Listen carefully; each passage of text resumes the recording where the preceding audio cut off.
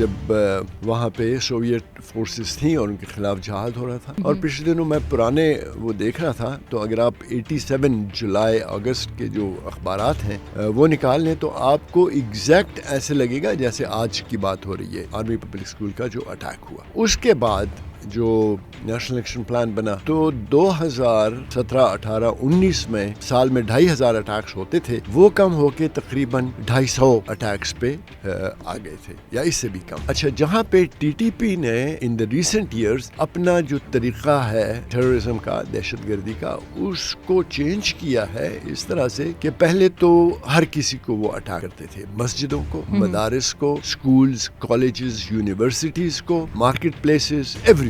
اب انہوں نے اس کو فوکس کر لیا ہے آن لا انفورسمنٹ اور سیکیورٹی فورسز اور انفراسٹرکچر, ان کے اوپر کر دیا. اگر آپ بلوچستان کے ساتھ اس کو ایک قسم سے کمپیئر کریں تو کافی عرصے تک بلوچستان کی جو موومنٹ تھی وہ بلوچستان تک ہی محدود تھی, اور اگر وہ نارملی سافٹ ٹارگٹس کرتے تھے, جس طرح آپ سمجھ لیں کہ ڈاکٹرز, ٹیچرز, پروفیسرز, انجینئرز یا جو مزدور وہاں پہ کام کر رہے تھے. پچھلے چند سالوں میں they came out of Balochistan, Karachi میں انہوں نے شروع کر دیا. اور دوسرا یہ ہوا کہ جو بہت ساری تنظیمیں تھیں وہاں پہ, انسرجنٹ تنظیمیں, ملیٹنٹ تنظیمیں, وہ بکھری ہوئی تھیں, اب وہ اکٹھی ہو گئی ہیں. جس طرح اگر آپ ٹی ٹی پی کو دیکھ لیں تو وہ بھی بکھر جاتی ہیں پھر اکٹھی ہو جاتی ہیں, تو وہاں پہ بھی وہ طریقہ بدل گیا ان کا اور وہ اکٹھے بھی ہو گئے ہیں. اور ایک اور جو چیز ہوئی ہے وہ بھی ان یوزول ہے, وہ یہ ہے کہ ان کے ٹی ٹی پی کے ساتھ روابط بڑے ہیں. اگین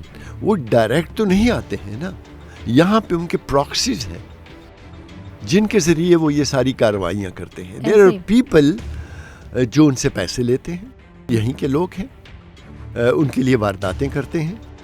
آپریشن سندور یہاں پاکستان میں اس وقت جاری ہے. یہ جو ہو رہا ہے یہ اسی کنٹینیوٹی ہے کہ وہاں پہ تو کچھ نہیں بن سکا, سو وائی ناٹ یہ طریقہ ایک ہم اختیار کرتے ہیں. کسی کو روکنا ہو آپ, چاہے وہ اپنے دہشت گردی کو روکنا ہو, اس کے لیے ایک ہی ٹول کٹ ہے, اور وہ ہے آپ کا انصاف کا نظام, یعنی جس کو ہم انگریزی میں کرمنل جسٹس سسٹم کہتے ہیں. ٹھیک ہے, جس ملک میں اور جس سوسائٹی میں وہاں کا جو کرمنل جسٹس سسٹم ہے, اگر وہ پرو ایکٹیو نہیں ہے اور وہ ریسپانسو نہیں ہے اور وہ ایفیشینٹ نہیں ہے, تو وہاں پہ آپ بھول جائیں کہ کبھی امن آ سکے گا. آپ نے شدت پسندی کے رجحانات کی پروفائلنگ کا آغاز کیا, یہ آپ کی تحقیق میں انتہا پسندی کے سب سے اہم محرکات نکلے. جو دہشت گردی کے پلرز ہیں نا میری نظر میں, وہ پرائمریلی, ویسے تو بہت زیادہ ہیں, بٹ پرائمریلی 3 ہیں. ایک ہے ریکروٹمنٹ, ایک ہے پروپیگینڈا, اور ایک ہے فنڈنگ. اور یہ تینوں انٹر کنیکٹڈ ہیں ایک دوسرے کے ساتھ.